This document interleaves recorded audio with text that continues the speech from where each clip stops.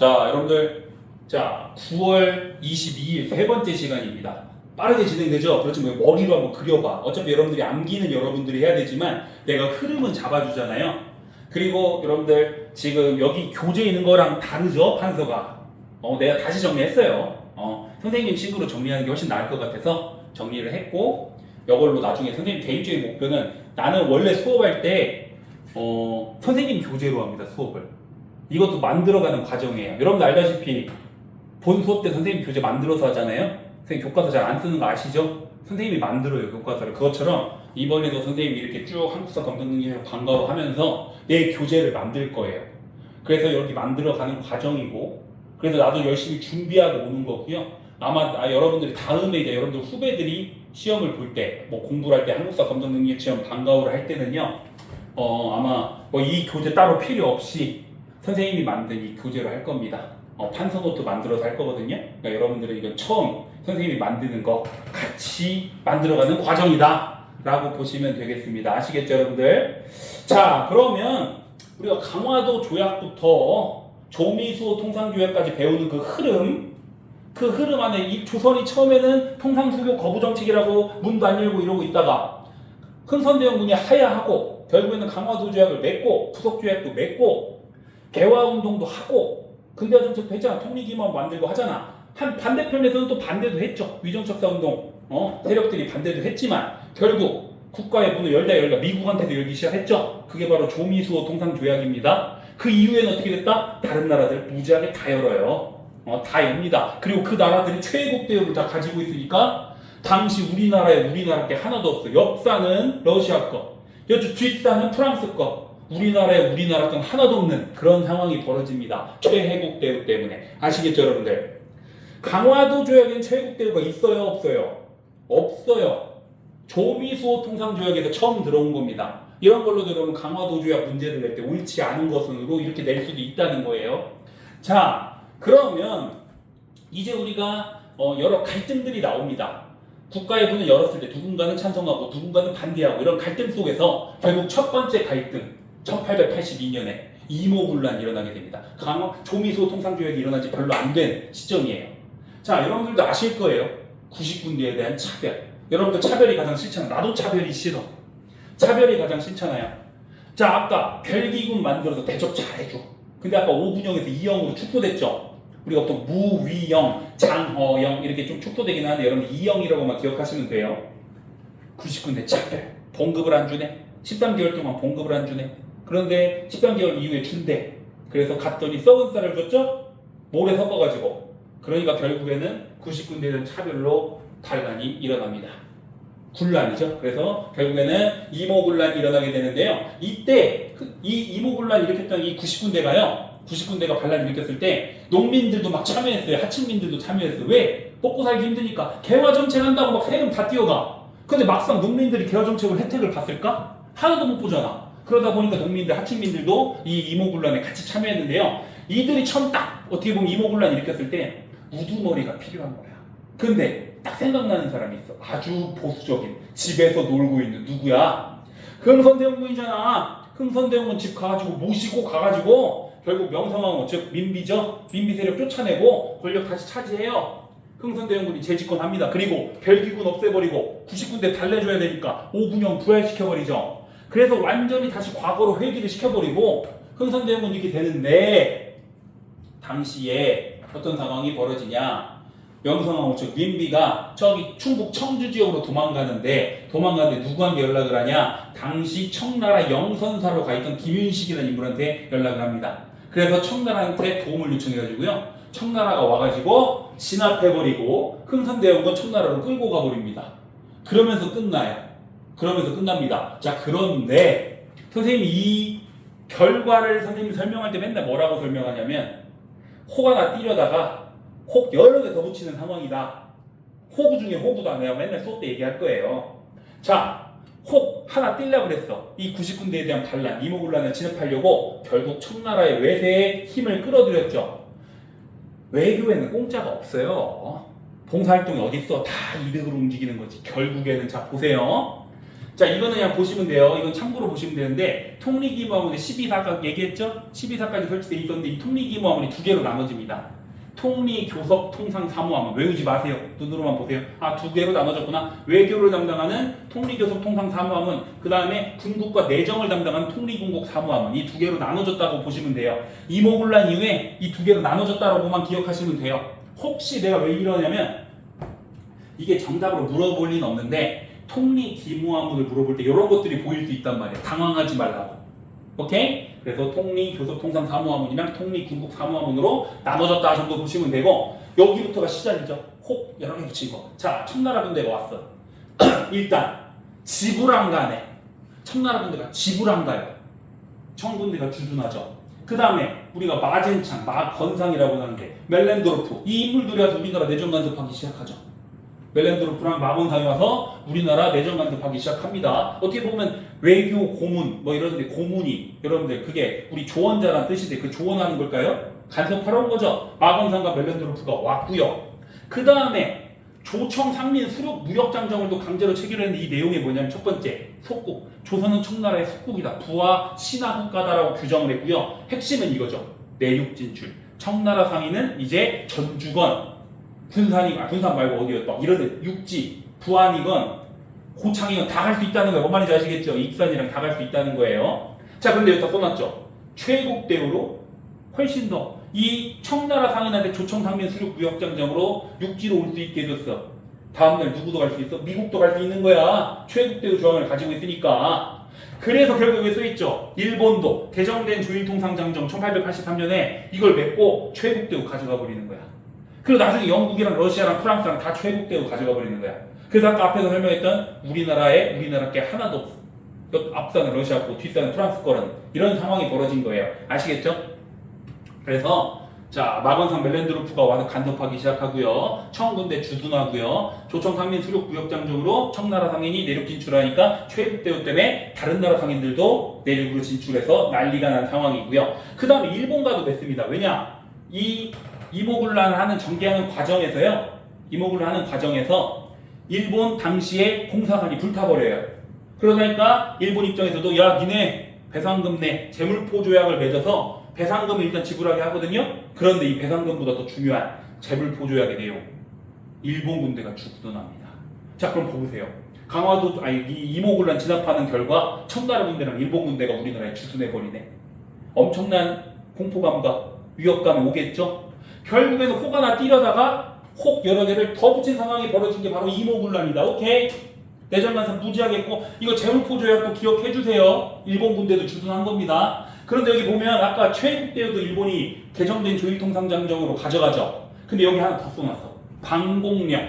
이게 뭐냐면요.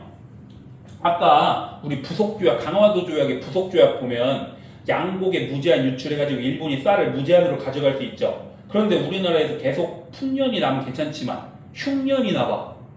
그럼 우리 쌀 부족하잖아. 근데 일본이 다 가져가면 우리 쌀이 부족하잖아. 그러니까 만약에 우리나라가 흉년이 들어서 쌀이 부족하면 방공령이라는 걸 선포해가지고 우리 쌀 수출 안 하도록 하겠다. 미리 우리가 방공령 때릴 테니까 혹시나 쌀이 부족하면 방공령 때리면 이들 쌀 수출 못해. 알았지? 라고 했는데 실제로 우리가 흉년이 들어서 방공령을 몇 번 했거든요. 일본이 아랑곳하지하고 다 가져가고요. 왜 방공령 때렸냐고 배상금 뺏어버립니다. 이 방공령이 일단 규정된 거는 조일통상장정이라는 거 보시면 돼요. 오케이? 자, 그래서 이모군란으로 혹을 여러 개 더 붙였고 두 번째 사건 갑신정변이죠. 여러분 갑신정변은 어때요? 누가 주도했어? 개화파 중에서도 급진적인 친구야? 온건한 친구야? 급진적인 친구들이 한 겁니다. 여러분들 온건한 친구들이 아까 통리기무화문 만들고 별기군 만들고 이걸 주도했어요. 그런데 좀 더 급진적인 친구들이 있었어. 당시에 청나라가 내정 간섭하고 있는 상황에서 온건한 친구들은요, 아유, 그냥 청나라가 내정 간섭하는 걸 어떻게 피해? 그냥 인정한 상태에서 우리가 천천히 개혁하자라고 주장을 했는데, 당시 이 갑신정변을 주도했던 급진개화파, 김옥균, 박영효, 서광범, 서재필 이런 인물들은 청나라랑 손절을 해고 우리가 어떻게 해서 청나라랑 우리가 이별을 해야 우리가 우리식으로 빠르게 개혁하고 일본처럼 발전할 수 있는 거 아니야? 우린 일본의 메이주신을 모델로 해야 돼 라고 주장하면서 갑신정변을 일으키는데 그 배경 보세요. 김옥균이 갑신정변을 일으킬 수밖에 없었던 상황. 첫 번째, 이거 아마 스토리 기억나실까 몰라요. 당시에 재정이 없으니까, 돈이 없으니까 고종이 재정을 확보하는 방안을 얘기해봐라 했더니 아까 멜렌도르프가 갑자기 손을 막 들더니 새로운 화폐 또 만들면 되는 거 아니냐. 흥선대원군이 경복궁 만들려고 당백전 만들었잖아. 그것처럼 새로운 화폐, 당오전이라는 화폐를 만들어가지고 우리 또 한번 재정 확보하자고 주장했어. 그런데 갑자기 김옥균이 딱 손들어. 제가 일본이랑 친하지 않습니까? 제가 일본 가서 돈 빌려오겠습니다. 그래서 이 김옥균이 일본 가거든요. 돈을 못 빌려요. 그래서 정치적인 입지가 줄어들어요. 두 번째, 청푸전쟁이 일어납니다. 베트남을 두고 청나라랑 프랑스랑 전쟁이 일어나. 그러다 보니까 한반도에 있던, 우리나라에 있던 이 군대 있죠. 청나라 군대 절반이 베트남으로 파병을 가요. 그런데 갑자기 일본이 김옥균한테 연락 왔어. 저번에 우리가 돈 못 빌려준 건 미안해. 니들이 정변 일으키면 우리가 군사적으로 지원해줄게. 자, 봐봐, 지금 타이밍이잖아. 청나라 돈이 2분의 1 빠졌잖아. 지금 일본이 도와준대. 그래서 결국 어떻게 했어? 급진개혁파, 김옥균, 박영호 등이 우리가 개화당이라고 보통 합니다. 사료적 용어입니다. 급진개혁파 개화당이라고 해요. 결국에는 우정총국, 아까 보빙사 갔다 와가지고 우리 우체국제도 들어왔다 그랬잖아. 우정총국 개국축하연 때 결국에는 정변을 일으켜서 권력을 차지하는데 개혁정당 14개조도 발표를 해요. 이 갑신정변 일으켰던 이 김옥균, 박영효 등 이 급진개혁파가요. 우리가 이렇게 정변 일으켰던 이유는 국가를 바꾸기 위해서다 라고 해서 개혁정당 14개조를 발표하거든요. 그 내용들이 되게 참신합니다. 문벌 이런 것도 없어져야 되고, 지조법 개정이 이게 뭐냐면 세금제도. 지금 세금제도도 되게 합리적으로 바꿔야 된다. 토지의 가격에 따라서 세금 받아야 되는 거 아니냐 라고 했고요. 해상공국, 여러분들 당시 보부상들 있죠. 이거 혹시 기억나세요? 보부상 관상입니다. 관상. 저번 시간에, 왜냐하면 지방에 있는 정보를 물어오기 때문에 국가에서 관상으로서의 위치를 인정해 준 거예요. 근데 그 보부상들한테 혜택을 주기 위해서 만든 게 해상공국인데, 이 해상공국도 결국 폐지하자. 자유경쟁해야 되는 거 아니야? 폐지해야 돼! 라고 했고요. 그 다음에 우리 유정부 육주할 때 호조, 그 호조는 이제 재정을 담당하는 거거든요. 근데 당시에 재정을 한 곳에서 담당해야 우리가 총액이 얼마고 얼만큼 썼는지가 투명하게 보이는데 각 부서마다 지 맘대로 세금 걷고 지 맘대로 썼단 말이야. 그러니까 호조로 재정을 일원화하자. 모든 재정은 호조에서 관리하게끔 하자라고 주장한 거예요. 요 내용들이 갑신정변의 그 김옥균과 갑신정변 일으킨 뒤에 개혁정당 발표 14개 조 중 핵심 내용입니다. 그런데 여기서 없는 게 있어요. 토지를 나눠준다는 얘기가 있었어야 돼. 농민들은 토지가 중요해. 근데 토지를 나눠준다는 게 없어요. 세금제도 바꾼다. 뭐 이런 내용이잖아. 그러다 보니까 갑신정변의 한계가요. 농민들이 관심이 없었습니다. 만약에 토지 나눠준다고 했어 봐. 갑신정변 이때 농민들도 참여했겠죠. 근데 토지 나눠준다는 내용이 없어요. 문벌 타파한다? 이제 신분제 거의 무너지고 있었고, 지조법 개정, 이건 좋은 거죠. 세금제도 개편한다는 거. 그런데 세금제도뿐만 아니라 토지를 나눠줬어야지. 해상공국 폐지와 호조 이 재정이 일어나 좋아요. 토지가 없기 때문에 농민들이 참여 안 했다. 오케이? 자, 그래서 개혁정당 14개조 발표하고 김옥균의 세상이 딱 며칠? 3일. 왜? 청나라 군대가 복귀합니다. 그래서 결국에는 김옥균이랑 다 도망가 버려요. 그러면서 갑신정변은 끝나게 되는데 결과를 보세요. 일본이 참 파렴치한 게 이 당시에 일본이 종용해가지고 우리가 급진개혁파가 어떻게 보면은 그 반란 일으킨 거잖아요. 일본이 또 피해자 코스프레를 해요. 그래서 한성조약 맺어가지고 조선과 일본이 맺은 거거든요. 배상금 뜯어버립니다. 그리고 제일 중요한 거죠.